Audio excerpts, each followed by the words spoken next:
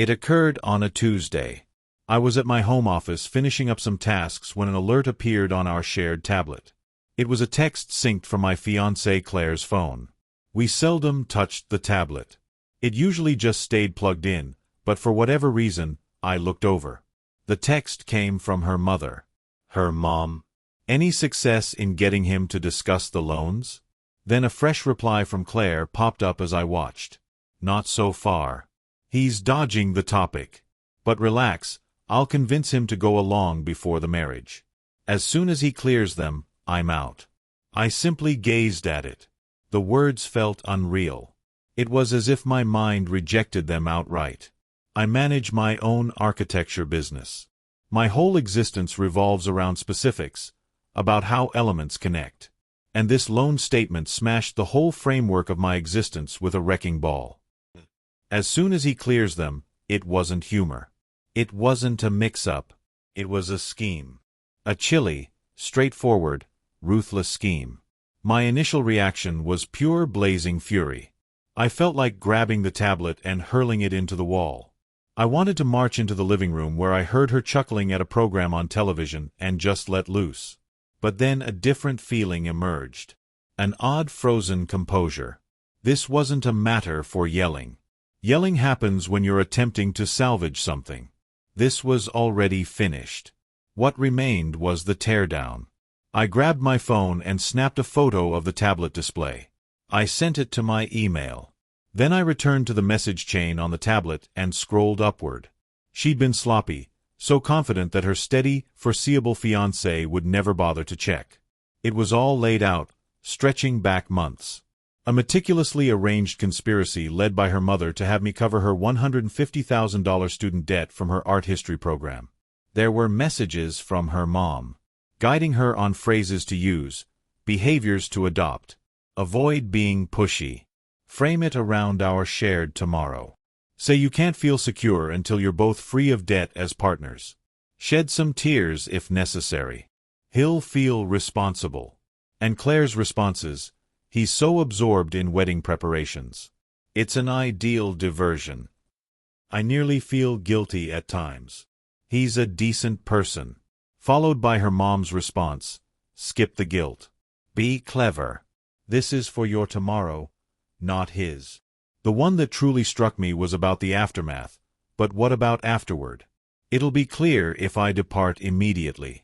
You remain for a year, keep up appearances, then claim you're dissatisfied, you've drifted apart.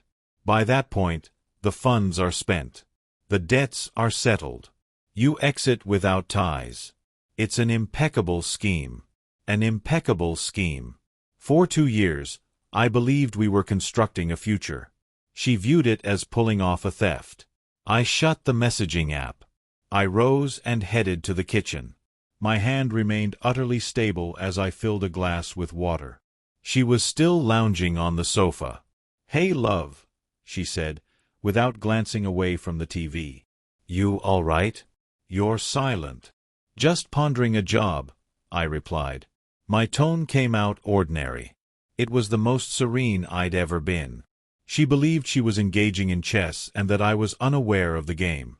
She had no clue I just viewed the entire match, every step she intended. And I was on the verge of overturning the board. Update 1.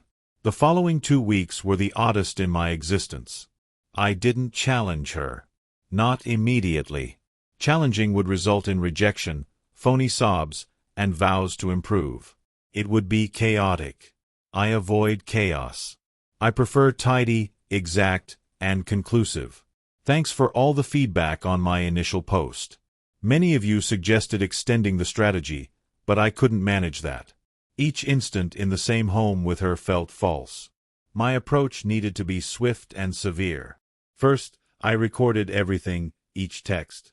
I also began examining our money matters. She resided in my home. I handled the mortgage and all bills. She used a vehicle registered to me. I covered her coverage, her fuel, our trips, our meals out. Her modest salary from the gallery was her play funds. My earnings supported our lifestyle. I'd been sustaining a leech, and she aimed to destroy the host after one final large feast. My attorney, A keen, straightforward fellow named Frank verified my upcoming actions.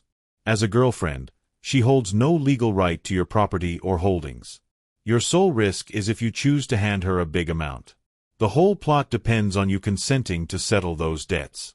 So, you're going to consent. That was the core. I needed to make her believe she was succeeding.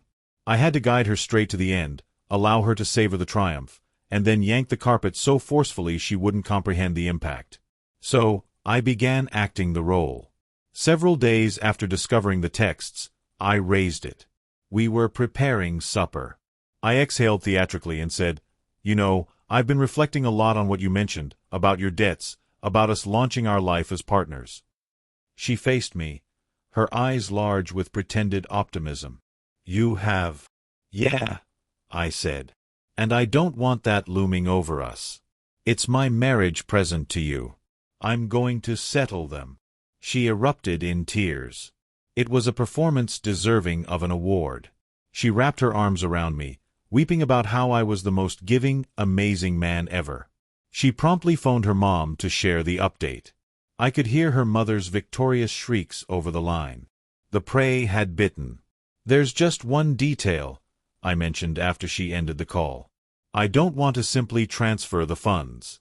This is a major milestone for us. I want to handle it correctly. I want to host a meal, a festivity with our folks. I'll get my bank to prepare a certified check for the total sum. And I'll give it to you that evening before our relatives. A true emblem of us beginning our fresh existence together." She was thrilled. A communal ritual of her success. It exceeded her expectations. She assumed I was being sentimental. I was merely arranging the scene. The meal occurred last night. A secluded space in the top eatery in the area. Claire and her parents sat on one side of the table. My parents on the opposite. Claire was beaming, utterly luminous. Her mom resembled a feline that had devoured a bird. Her dad, a solid fellow who I now understood was totally unaware, simply appeared pleased for his child. We proceeded through the routine. Casual chat, drinks, starters. Claire and her mom kept sharing subtle knowing grins. My parents discussed their enthusiasm for the marriage. Then following the entree, I rose. I held a lone envelope. "As you're aware," I started, "I've gathered you here for a unique purpose. Claire and I are set to begin a shared life, and I aim to kick off that life properly. Claire, your student debt has weighed heavily on you, and since I care for you, I wish to remove that weight. So, as my marriage gift to you, I am clearing your full student debt." My parents grinned, admiring the act. Claire's dad patted my back. Claire and her mom were nearly shaking with delight. I unsealed the envelope, but I didn't extract a check. I removed a solitary sheet. It was an enlarged printout of the screenshot from the text she sent 2 weeks prior. I placed it in the table's middle for all to view. "Don't fret. Once he settles my student loans, I'll depart." The quiet that descended on that space was the most deafening sound I've ever experienced. Claire's expression shifted from glowing happiness to total pale terror instantly. Her mother appeared as though she'd been struck. My parents gazed at the document, then at Claire, their expressions a veil of bewilderment and revulsion. Her father scanned the text and his complexion paled. He merely looked at his daughter, then his spouse, and the emerging awareness was agonizing to observe. "This was never a marriage," I stated, my tone frigid and steady. "It was a scam, a very skillfully orchestrated scam, I'll grant. Your mother should feel accomplished." I then retrieved another batch of documents. They were duplicates of the text exchanges between Claire and her mom, the ones outlining the entire plot. I passed a copy to my parents and one to her father. "I think these will address any inquiries you may have," I said. Claire began weeping, a pitiful choking noise. "Mark, no, it's not how it appears. I can clarify." "There's nothing to clarify," I said, interrupting her. "You clarified it all flawlessly in your messages. The marriage is cancelled. We are finished." I glanced at her dad. "I'm regretful you learned this way. You nurtured a daughter, but your wife nurtured a swindler." Then I stood. "Mom, Dad, let's depart." We exited that eatery, leaving them amid the ruins. The repercussions started before I reached my vehicle. A frantic voicemail from Claire yelling and sobbing. Then a message, "You've destroyed my existence." My response was straightforward. "No, I just ceased funding it." I arrived home and all her belongings were already removed. I'd arranged for movers to box them and transport to her parents' place during the meal. The locks were updated. The digital access was deleted. For the last 24 hours, my phone has been a battlefield. I eventually blocked her number and her mom's. But I received one final frantic voicemail from an unknown number this morning. It was her. "Mark, please," she cried. "You can't proceed like this." I erred. A dreadful error. My mom. She urged me. "Please. I'm heading to your parents' home. I'll speak with them. They adore me. They'll force you to hear." She believes this is bargaining. She thinks she can unleash her phony sobs and sway my parents. She lacks knowledge of my father's nature. She lacks understanding of what occurs when you attempt to deceive a lineage of architects. She's poised to attempt reasoning with the individual who instructed me on detecting a critical defect from afar. Hey folks, it's Mark, the original poster from the tale about the student loan plot.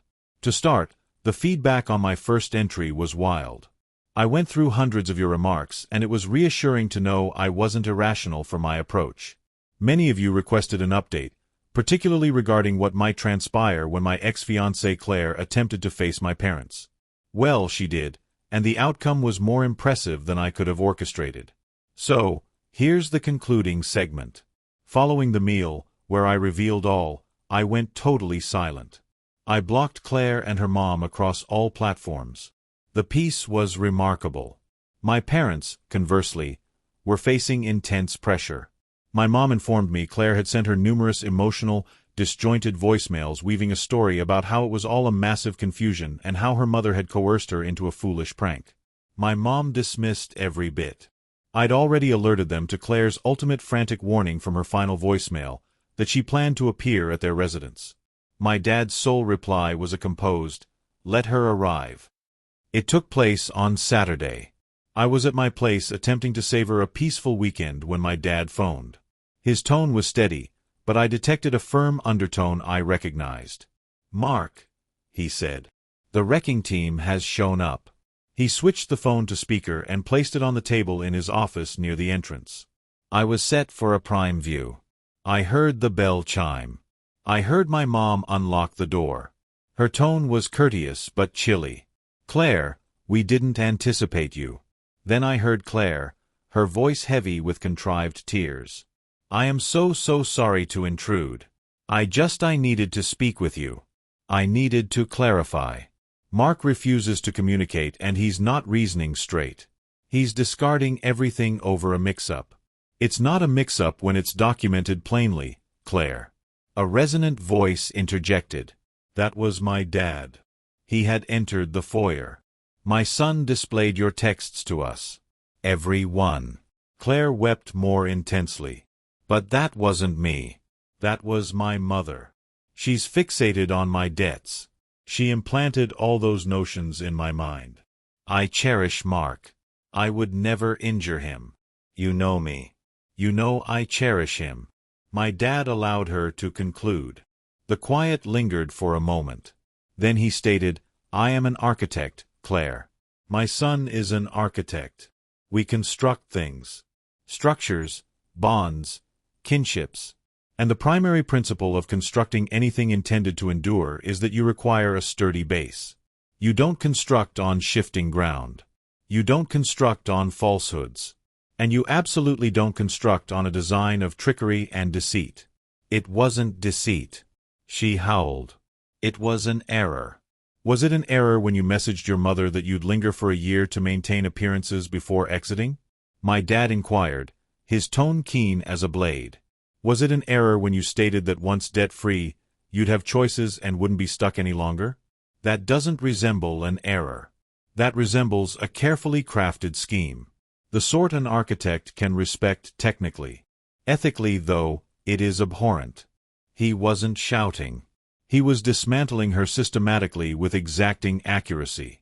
You didn't arrive here to clarify, my dad proceeded. You arrived to advance the subsequent stage of your scheme. You couldn't sway my son. So now you're trying to sway his parents. You view us as another vulnerability to leverage, but you're wrong. This kin is not fragile. Just as Claire was preparing another barrage of justifications, I heard a vehicle approach outside. Then another rap at the door. My mom opened it once more. "Oh, goodness," she whispered. It was Claire's parents. Her father, John, led, appearing agitated. Her mother, Susan, trailed, her expression a facade of feigned worry. "We regret appearing this way," John started, aiming for rationality. "Our daughter is devastated, as you might guess. This has all been a horrific confusion. I believe Mark may have reacted excessively." My dad interrupted him. "Reacted excessively?" "John, I viewed the texts. Your spouse instructed your daughter methodically on committing financial deceit against my son. Were you aware of this?" John inflated his posture, attempting to seem outraged. "Certainly not. I'm as stunned as you." Susan was merely assisting Claire with her money worries. Her approaches were ill-advised, but her intentions were good. I had to credit him. He performed well. At the eatery, I'd nearly pitted him. I'd assumed he was an oblivious casualty in his wife's and daughter's plot. But my father has been crafting and bargaining deals for 40 years. He can detect deception from afar. "So you're claiming," my dad said deliberately, "that your spouse and daughter plotted this for more than 6 months, and you, her spouse and father, were utterly unaware. You share a home, you handle joint funds, and you never once discussed a scheme to obtain $150,000 for my son." "I am an occupied individual," John said offhandedly. "I don't engage in their routine conflicts." "I understand," my dad said. Then he struck the decisive hit. "That's curious because I took the initiative to chat with my son's attorney this morning. He found the legal concept of conspiracy to commit fraud quite intriguing. It's a compelling topic. He noted that in such instances, examiners often review a family's full financial logs, communication records, account statements, all to ascertain who knew of the scheme. It's astonishing what a forensic specialist can reveal. The implication wasn't direct, but it was evident, and it succeeded." John's expression paled. Susan emitted a small inhale. "Now, this is excessive," John faltered, his poise shattering at last. "No reason to involve attorneys." "Isn't there?" my dad rebutted. "Your daughter attempted to pilfer an amount that could fund a home deposit. That's not a confusion. That is major theft in elegant attire. And you, by your admission, either knew and stayed passive, making you an accomplice, or you were so deliberately oblivious to this plot forming in your own home that it equals severe oversight. In either case, you lack ethical superiority here." He then redirected to Claire. "You approached this home seeking a supporter. You won't discover one here. You targeted my son because you deemed his generosity a flaw. You regarded his reliability as a chance. You are a hunter and you are no longer accepted in this kin or this residence. The betrothal is finished. The connection is finished. You will cease all interaction with my son. If you try to reach him or us again, we will seek a protective order. Is that understood?" Claire merely stood mute, her contrived tears evaporated, supplanted by an expression of utter pure astonishment. She had been so assured she could influence them. She had entered what she believed was a discussion and encountered a dismantling. "Now," my dad said, his tone falling to a concluding indifferent note, "I recommend you and your kin depart. You have much to address, I suppose." I heard the door shut. My dad retrieved the phone. "Still there, Mark?" "I'm here," I said. My voice trembled slightly. "It's concluded," he said. "The location is cleared." The consequences were even more gratifying. John, frightened that my dad might proceed and that his own dubious finances could surface, fully collapsed. He and Susan had an enormous argument right in my parents' driveway. He faulted her for the scheme's failure. She faulted him for poor acting. Claire ended up with zilch. Her parents are evidently nearing separation. Their marriage erected on a base as flawed as the one she attempted with me. Her father has withdrawn support financially, enraged by the communal shame and the danger she posed to him. So Claire is now residing at home in a divided household with no betrothed, no employment to manage her expenses, and $150,000 of student debt that remains and will always be solely hers. She didn't merely forfeit a betrothed, she forfeited her whole network. She wagered all on an impeccable scheme and forfeited everything. The teardown is finished.